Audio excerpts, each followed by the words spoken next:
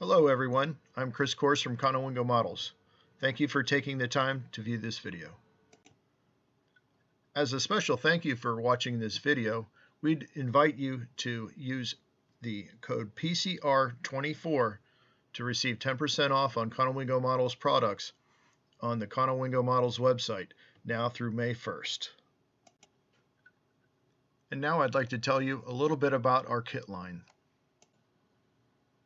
Unless otherwise noted, all of our kits are in HO scale. First up, we have Garlicorn's Granary, which is a very simple kit to build and should be an easy one-nighter. Next up, we have Bush's Mill, which was actually our first kit in HO scale. We also offer the kit in O scale. And now we'll talk about our caboose line. Caboose number 1 is available in both HO and O/ON30 scales. Caboose number 2 is actually a converted boxcar. It has a very unique look to it. Caboose number 3 is intended to be a very backwoods caboose, and it has recently been updated with some additional 3D printed parts. Caboose number 4, in a race with caboose number 5, lost out, and it is still under construction. Caboose number 5 is actually it's an outgrowth of the passenger car number 1 that you'll be seeing here shortly. One of the things we try to do at Conowingo Models is pay homage to the pioneers of model railroading, one of those being John Allen. As you see here, he has a slope-back stock car that he did many, many years ago. And we tried to find a way to duplicate that of sorts. And that comes in the form of the pedestrian-covered bridge known as Crunch Bridge that you see on the right there. It features some cedar shake shingle roofs, and it actually has quite a bit of strip wood on there. And this is a kit that is designed to be beat up. The more you beat it up, the better it looks. Next up, we have Dardanelle's Shanty, which is available in HO and O scale.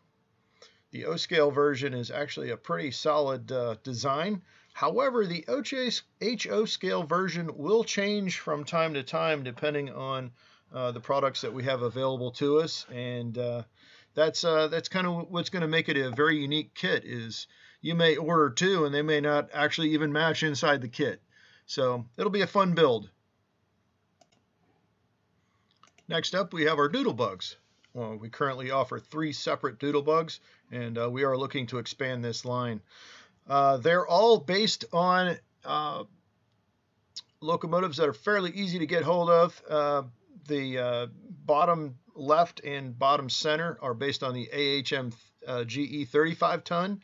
They are HO scale, and these neat little kits, you should be able to get the mechanism for about $10-15, and that's kind of what we're aiming for. The bottom left is the flat bug, and it's designed for maintenance of way, and the bottom center is a snowplow. We like to call that one the snow beast because it looks pretty mean when you compare it to snowplows, because that's what it takes to be a snowplow. Also, we have the box bug, which is in the bottom right corner there, and it is actually kind of based on the trolley that you see in Scranton in the upper right corner there.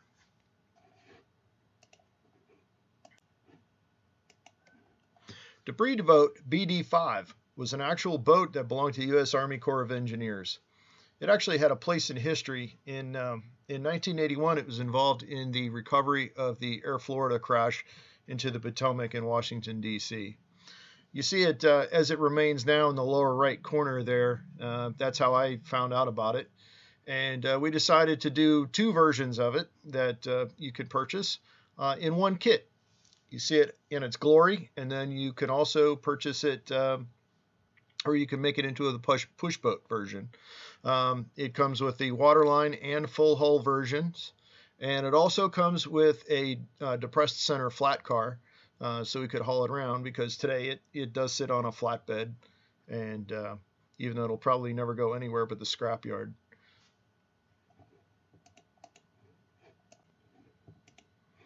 Next up is the Eliminator Depot. This kit features a full ridge beam, roof supports, and random cedar shake roofing. This neat little depot would go well in a small town. The Gray Street Company House is available in HO and O scale versions. This kit could be found in just about any coal town and many towns across the United States today, although most of them have been heavily modified so they don't look like what they did 50, 75, 100 years ago, making this the ideal kit to do some kit bashing with. Kello Station is available in HO and O scale versions.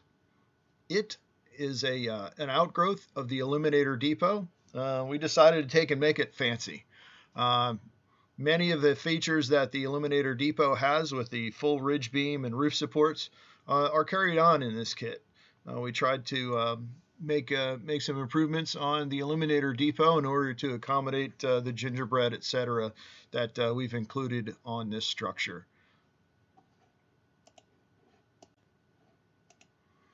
Loon's Nest is our latest HO scale structure kit. It features real random cedar shake roofing, and it's intended to be used in the backwoods. However, in the event that you decide to put it in suburbia, I think it would fit just fine. Madame Marie's is an interesting little structure that we came up with. We wanted to do an Old West false front structure with a big round window in it, but we couldn't figure out how to explain it.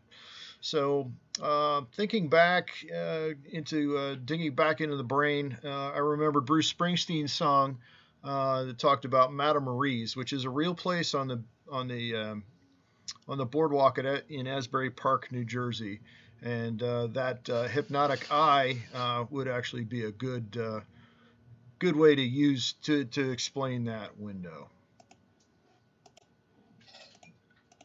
Molly's Trolley Shelter in O scale. It's a neat little structure. You got to be able to put it together fairly quickly, and it comes with pretty much everything you need.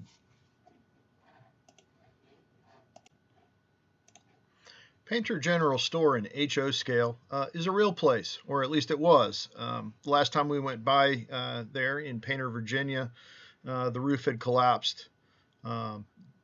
In doing some investigation, it was actually not the general store. It was looks like a retail clothing store. But you can help preserve this building by purchasing one and building it and putting it on your layout. Fairly recent addition to the Conowingo Models lineup is the Panther Company House. This house actually existed in Panther, West Virginia, and belonged to the Panther Red Ash Corporation. As you see in the upper left corner, this building was actually kind of built against the side of a hill, and we figured we would do the same, although you can go ahead and build it flat or on a flat piece of land. Next up, we have Pennsbury Hydroelectric Mill. This mill actually existed, and it was in it still is in Chadsford, Pennsylvania. It was built to power the house of a wealthy individual, and I was very fortunate in that I was able to get a tour, and I was able to get architectural drawings from the architect that was involved in the restoration of this building. So this building is about as prototypically accurate as I'll ever get with anything that Conowingo Models puts out. Next up, we're getting into rolling stock, and this will be our new kit announcement for today. We are now introducing an HO scale 44-foot heavyweight flat car or logging car, depending on what you care to do with it.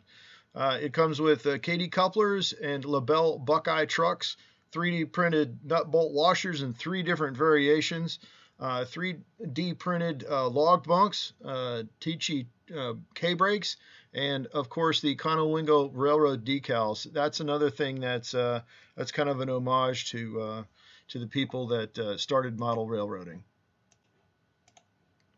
Continue on our rolling stock discussion. Conowingo Models offers HO scale and HON3 versions of a 24-foot flat car and a 36-foot flat car. In addition, you can also get those same lengths as box cars.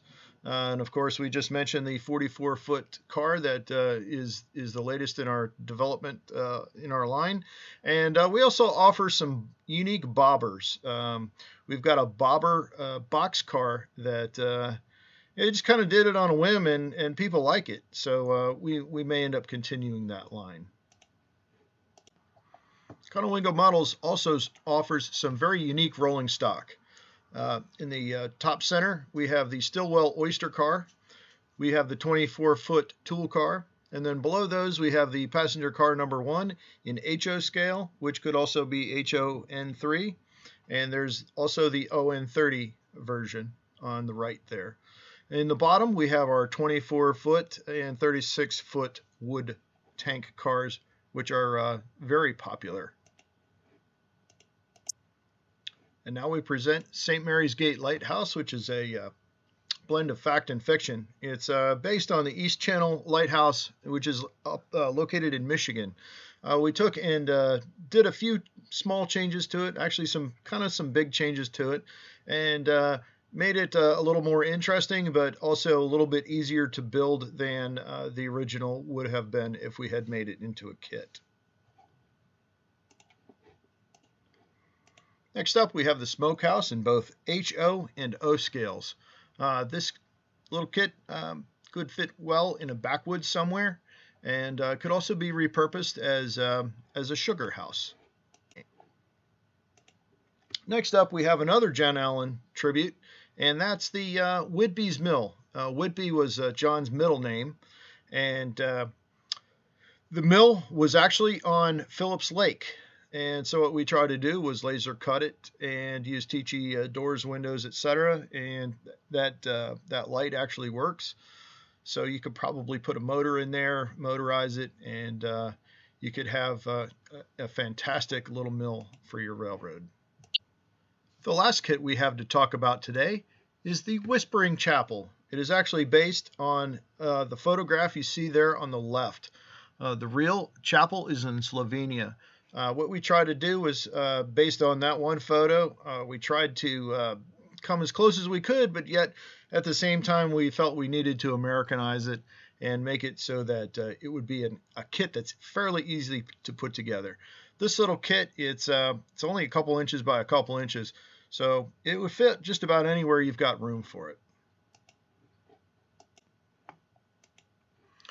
Conowingo Models is on social media, and we invite you to join us. We are on Facebook, and we also have a builders group on Facebook, as well as an Instagram page, a YouTube page, and we are on the New Tracks modeling on Zoom every week. So to participate in that, see newtracksmodeling.com for details. Thank you for following along with us today. Remember to use discount code PCMR24 to receive 10% off Conowingo Models products now through May 1st, 2024 at conowingomodels.com.